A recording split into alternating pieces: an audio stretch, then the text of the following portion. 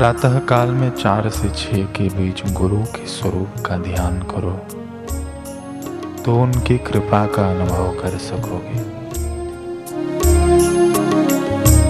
गुरु ही प्रभु प्राप्ति का मार्ग दिखाते हैं और शिष्य को सदा के लिए सुखी करते हैं। सन 1952 की बात है। भगवत पाद साईं श्री लीला शाह जी महाराज गुजरात में स्थित गोधरा पधारे थे। उन्होंने सत्संग में कहा कि यति रात्रि को 3 बजे के बाद नहीं सोते। उस सत्संग में एक कमजोर हृदय के व्यक्ति ने सोचा कि देखूं तो वे स्वयं भी ऐसा करते हैं कि सिर्फ कहते ही हैं। और वह व्यक्ति पूज्य चरण की सेवा में ही था। उसका नाम था जेठानंद। स्वामी जी ने रात के 12 बजे उसे बुलाकर कहा कि पंखा चालू कर दो, मच्छर सोने नहीं दे रहे हैं। जेठानंद ने पंखा चालू कर दिया और महाराज आराम से सो गए। 3 बजने में 5 मिनट बाकी थे। उस व्यक्ति के शंकालु मन ने कहा, देखो स्वामी जी 3 बजे उठते हैं कि नहीं। उसके मन में हलचल हो रही थी। दरवाजे की ओट से झांक कर देखा तो स्वामी जी तो आराम से सो रहे थे। ठीक 4 मिनट के बाद स्वामी जी उठे और ध्यान मग्न हो गए। अब उसे अपनी गलती का एहसास हुआ। उसकी अंतरात्मा ने उसे फटकारा कि तेरा विश्वास श्री चरणों में अभी कच्चा है। वह दबे पांव वापस आकर अपने बिस्तर पर लेट गया, परंतु उसका हृदय उदास था और मन में एक बोझ था। स्वामी जी नित्य प्रातः टहलने जाते थे। उस दिन भी 5 बजे और स्वामी जी जंगल की ओर सैर करने निकल पड़े। जेठानंद भी उनके साथ गया। उसके मन में यही विचार चल रहा था कि अपनी भूल का प्रायश्चित कैसे करूं। अचानक स्वामी जी एक नीम के पेड़ के नीचे खड़े हो गए और बच्चों की तरह नीम से कहने लगे, नीम मैया दातुन नहीं दोगे? 2-4 बढ़िया दातुन नहीं दोगे? जेठानंद पेड़ पर चढ़ने के लिए जैसे ही तैयार हुआ, उसे रोककर स्वामी जी बोले, पागल, गिर पड़ेगा, मत चढ़। उसने कहा, स्वामी जी पेड़ पर चढ़े बिना दातुन कैसे मिलेगी? स्वामी जी ने कहा, बस यही अविश्वास ही हमारे बीच में दीवार बनकर खड़ा है। विश्वास बिल्कुल नहीं रख पाते हैं। बेटा, विश्वास रखना चाहिए। इतने में एक लंबा सा सांवला रंग का अजनबी आदमी आया। उसने 5-6 सुंदर टहनियां तोड़कर स्वामी जी को दी।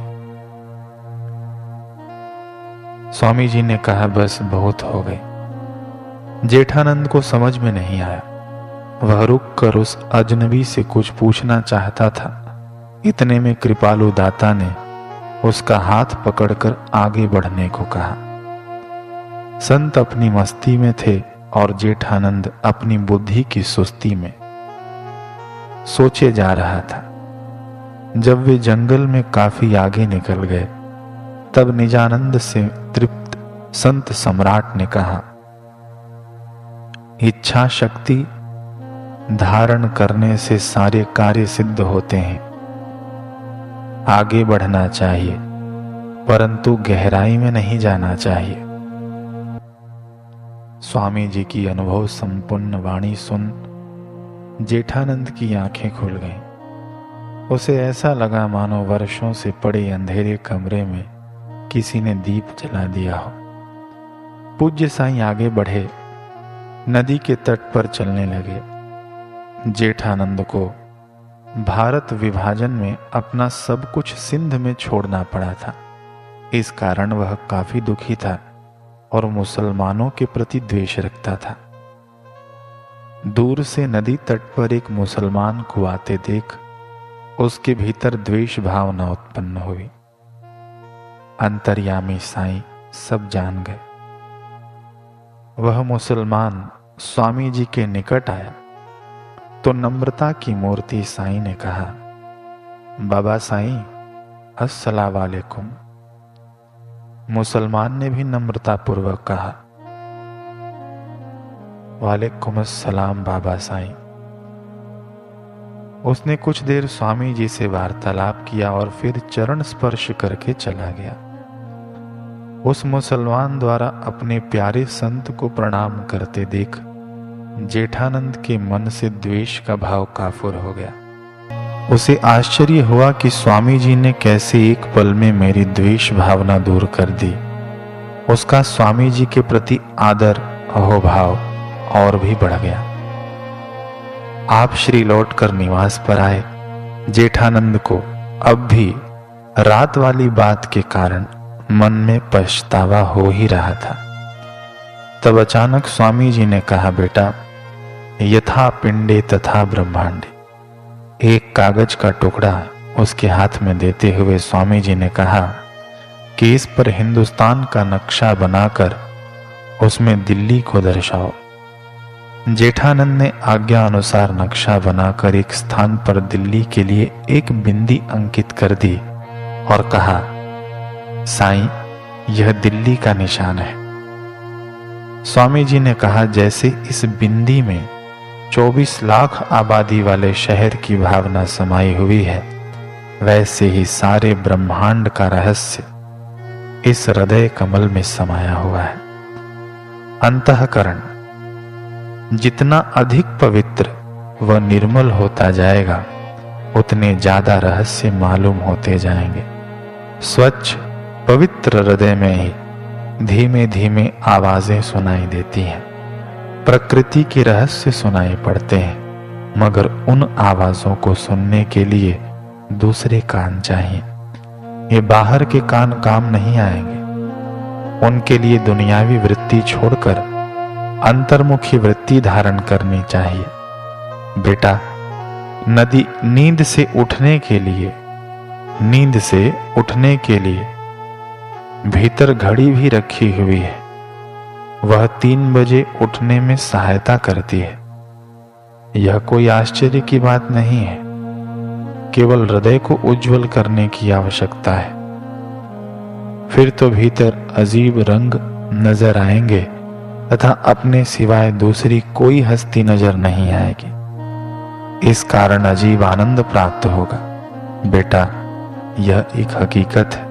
अब तो जेठानंद को समझ में आ गया था कि स्वामी जी को उसके मन की बात और 3 बजे रात को भीतर झांक कर देखने वाली बात की सारी जानकारी है।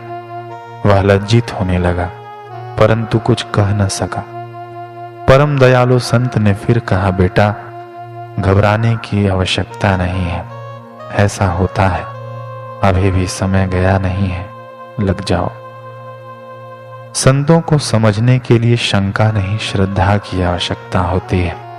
सांसारिक व्यक्ति उन्हें अपनी बुद्धि के तराजू में तोलने की कोशिश करता है और थाप खा जाता है। उदार हृदय संतों की यह परम करुणा ही है कि वे उसे संभाल लेते हैं। शंकालु की शंका मिटा के उसे श्रद्धालु बनाकर श्रद्धा के परम फल आत्मानुभूति तक भी पहुंचा देते हैं। ऐसे परम कृपालु भगवत पाद प्रातः स्मरणीय साईं श्री लीला शाह जी महाराज के चरण कमलों में हमारे अनंत प्रणाम। जो पूर्णता का मार्ग दिखाते हैं वे गुरु हैं। जो आत्मज्ञान का मार्ग दिखाते हैं वे पृथ्वी पर के सच्चे देव हैं। गुरु के सिवा यह मार्ग कौन दिखा सकता है। गुरु सच्चे शिष्य को प्रभु की ओर से प्राप्त भेंट है। तमाम शास्त्र जोर देकर गुरु की आवश्यकता मानते हैं। श्री राम जैसे दैवी अवतार ने भी श्री वशिष्ठ जी को अपना गुरु माना और उनकी आज्ञाओं का पालन किया।